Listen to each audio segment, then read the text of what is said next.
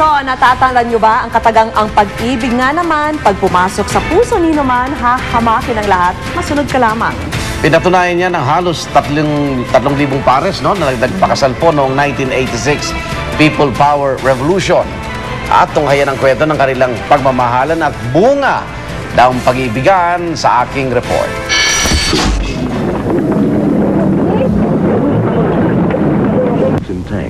Sa loob ng 4 na araw noong February 1986, hindi mga sasakyan, kundi masa ang naghari sa EDSA.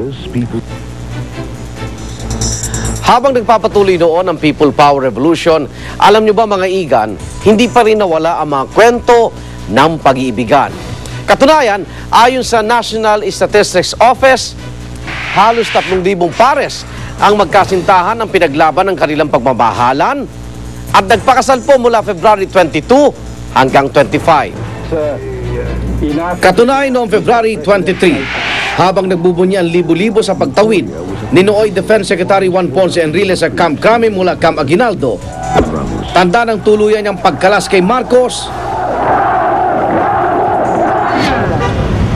50 pares ang nag-isang dibdib sa kasalang bayan sa Santo Domingo Church sa Quezon City.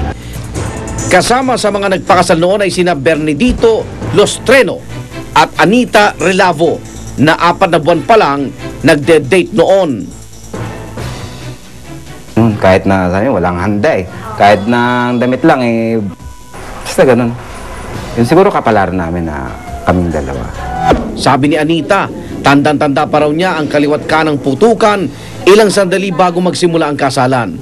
Pero ang pangamba, dapawi nang magsimula na ang pinakaabangan nilang seremonya. Masaya na hindi ko basta masaya lang, ganun. Matutuloy yung kasal namin.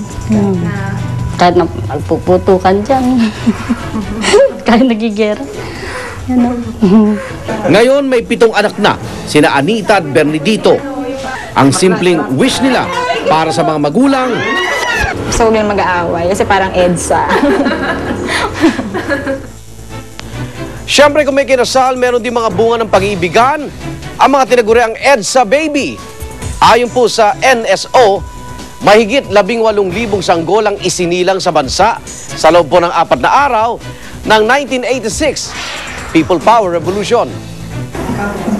Isa sa kanila si Cristina Corazon Yu o Casey, pinanganak noong February 25.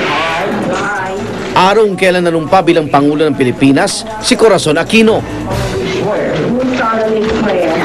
Kaya nga ipinangalan si Casey sa dating Pangulo at sa bunso nitong si Chris.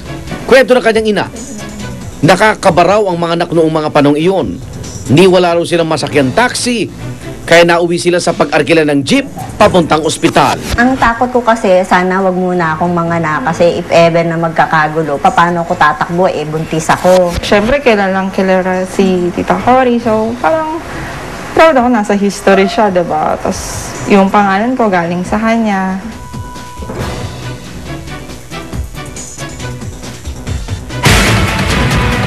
At kung nasaan ang balita, Hanggat may balita, ikaw at ang Liga ng Katotohanan, magkasama sa pagbabalitang walang kinikilingan, walang pinoprotektahan, walang kasinungalingan, sa bisyong totoo po lamang. Ako po si Vicky Morales. ako naman Arnold Glavio. Susunod na po ang Reporter's Notebook. Hanggang bukas, sama-sama tayong magiging saksi.